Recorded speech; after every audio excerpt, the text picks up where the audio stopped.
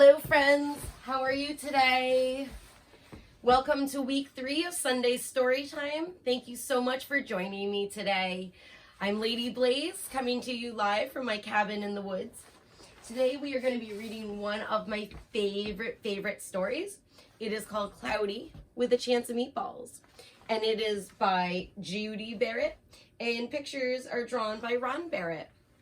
And you'll notice that this is one of my favorite books. It actually has a bend in it because I used to bring this all the time to school for my show and tell because it was my favorite. So it's really nice out today, but tomorrow is not supposed to be so nice. And we are reading Cloudy with a Chance of Meatballs. So today I've worn my inclement weather gear. I have my little umbrella, my inside umbrella. Just gonna put that right there. I also have my rain gear on today. I got my rain boots and my lightning pants. I also got these great vegetable socks because we're going to be reading Cloudy with a Chance of Meatballs. However, it's not raining in here. So I'm going to go ahead and take off my raincoat because inside I have my space stratosphere jacket and my weather systems. So how exciting. I'm go ahead and take off my raincoat today so we can get ready to read. I'm going to put this right here. And I am so excited to have you guys here for week 3. And we might get a special guest if Lynx comes and joins us. She's watching me from afar. She could be running my camera. So today, again, my favorite book, maybe almost my favorite book. Last week I read Where the Wild Things Are. You can find all of these on my YouTube channel, which is where you're watching this today, LB Spinner's Arts. Lady Blaze, please give it a like and hit subscribe. I'm so happy to have you on my page today for week 3. Today is day 32 for me, Shelter in Place. So without further ado, let's get going. I'm going to read the story and then hold the pictures up for you to see. We were all sitting around the big kitchen table. It was Saturday morning, pancake morning. Mom was squeezing oranges for juice. Henry and I were betting on how many pancakes we could each eat. And Grandpa was doing the flipping. See them all there?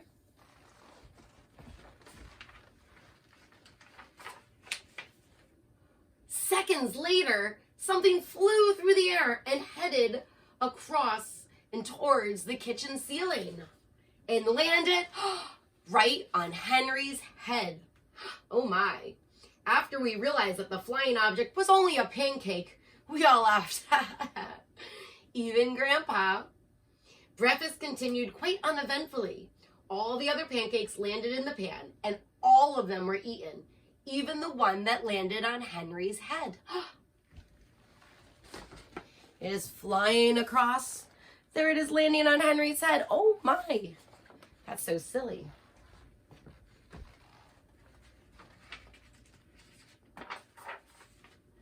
That night, touched off by the pancake incident at breakfast, Grandpa told us the best tall tale, bedtime story he'd ever told.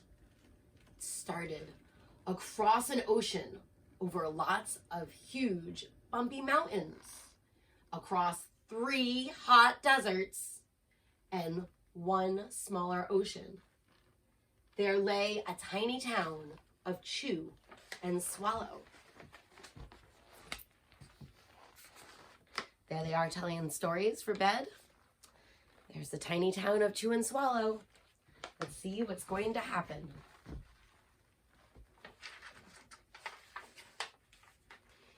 In most ways, it was very much like any other tiny town. It had a main street lined with stores, houses with trees around them, and gardens around them, a schoolhouse, about 300 people, and some assorted cats and dogs. Are you home with a furry friend during all of this? But there was no food stores in the town of Chew and Swallow. They didn't need any. The sky supplied all the food they could possibly ever want. Could you imagine? The only thing that was really different about Chew and Swallow was its weather. It came 3 times a day, at breakfast, lunch, and dinner. Everything that everyone ate, it came from the sky. Could you imagine if all your food came from the sky. Oh my. There's the town. There's the guy checking the weather.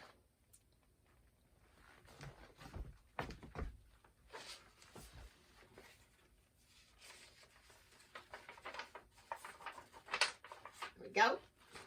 Whatever the weather served, that was what they ate. Could you imagine not being able to choose what you wanted to eat for your food? Oh my. It never rained rain, and it never snowed snow, and it never blew just wind. It rained things like soup and juice, and it snowed mashed potatoes and green peas, and sometimes the wind blew in storms of hamburgers. Oh my goodness.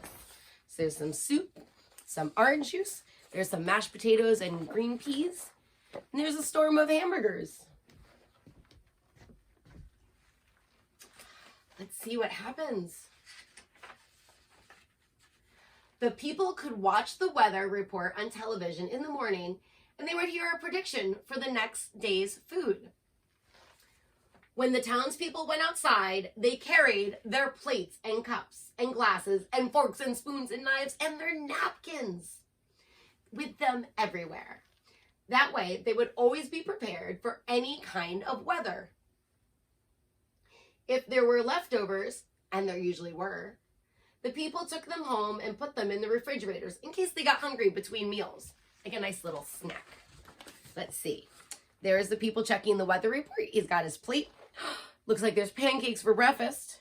Some orange juice to go along with it. Ooh, some pie. Do you like pie? That sounds good.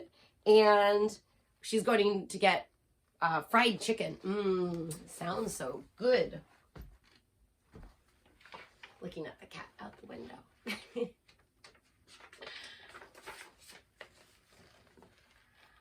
The menu varied. By the time they woke up in the morning, breakfast was coming down.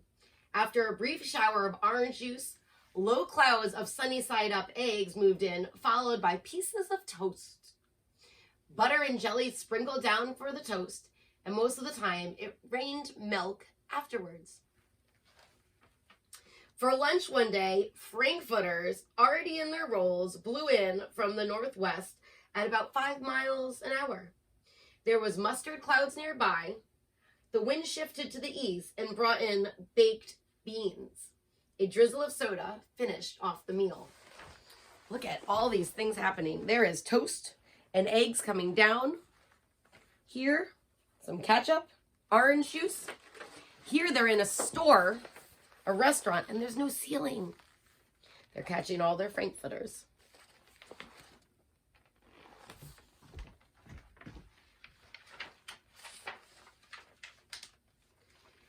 Dinner one night consisted of lamb chops, becoming heavy at times, with occasional ketchup. Periods of peas and baked potatoes were followed by a gradual clearing, with a wonderful jello setting in the west. Oh, how beautiful. The sanitation department of Chew and Swallow had a rather unusual job for a sanitation department. It had to remove the food that fell on the houses and sidewalks and lawns. The workers cleaned things up after every meal and fed all the dogs and cats. Then they emptied some of it into the surrounding oceans for the fish and the turtles and the whales to eat. The rest of the food was put back into the earth so that the soil would be richer for the people's flower gardens, of course. So there is that jello sunset, some pork chops, lamb chops, our baked potatoes. Looks so good. And there's the cats and dogs. I have a little cat here. She's been watching me. Do you have any pets at home? What do they like to eat?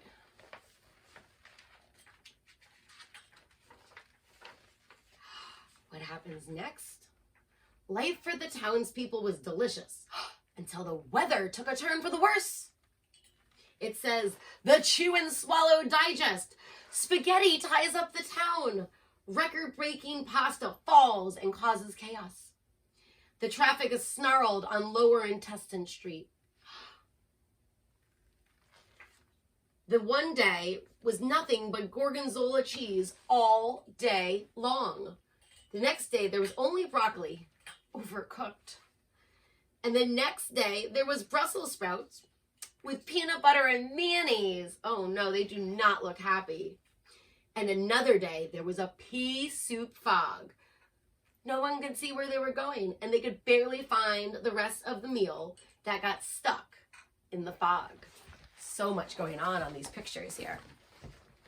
There is the spaghetti claiming the town. There is the gorgonzola cheese, which is like blue cheese, which I like, but it's a little stinky after a while. Could you imagine the whole day? This is some Brussels sprouts with peanut butter and mayonnaise. Ugh, as a combination. Some overcooked broccoli. Never anyone's favorite, although I do love broccoli. What's your favorite vegetable? Leave it in the comments. And there's that pea soup, and you couldn't even find the rest of the meal. Oh, what do you think is going to happen? The food was getting larger and larger and larger, and so were the portions.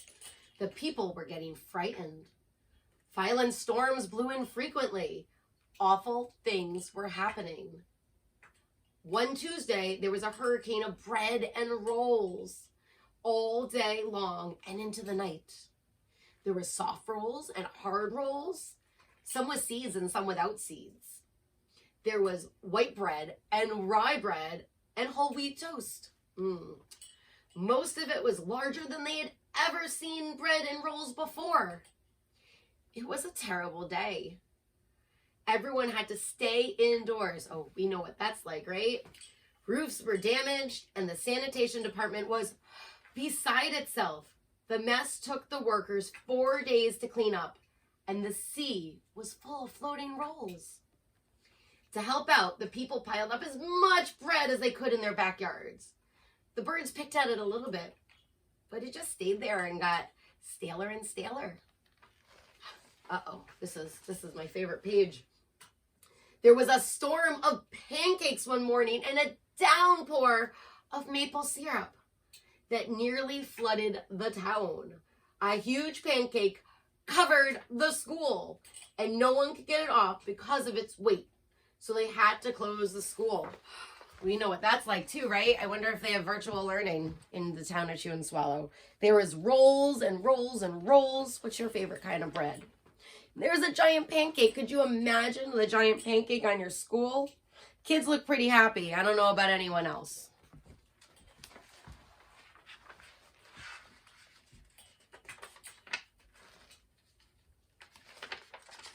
Pages are stuck together. Lunch one day brought 15-inch drifts of cream cheese and jelly sandwiches. Everyone ate themselves sick, and the day ended with a stomach ache. There was an awful salt and pepper and wind accompanied by an even worse tomato tornado. Can you say that 3 times fast? Tomato tornado, tomato tornado, tomato tornado. Oh my. People were sneezing themselves silly and running to avoid the tomatoes. The town was a mess. There were seeds and pulp everywhere. Kitty's making a lot of noise. Links. Here we go. 15 inches of sandwiches. And I like cream cheese and jelly, but oh my, that's a lot. And a tomato tornado. My goodness, there's so much going on.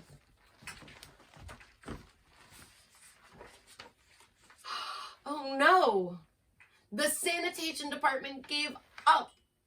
This job was just too big. Everyone feared for their lives.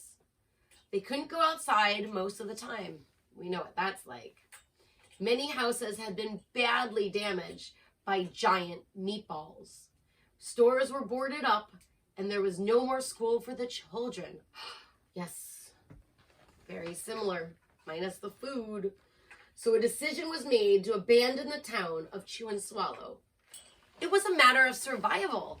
Oh, look at all the things that are going on here. There are donuts rolling through the streets, a giant piece of pizza, although pizza does sound good right now. There was a hamburger on the roof. There are meatballs on the roof. We have pasta and bacon falling from the sky. That guy has his head in a giant pasta. There is just so many things happening. SpaghettiOs, alphabet soup.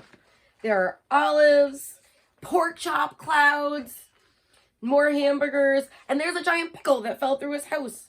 And this guy is trying to help his friend get out from under that hamburger. Oh my.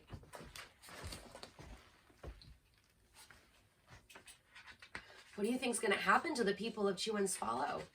Let's find out. The people glued together the giant pieces of stale bread, sandwich style, with peanut butter. And the absolute necessities with them, they set sail on their rafts for a new land. There is their bread sandwiches, their pizza sales. I wonder what's going to happen.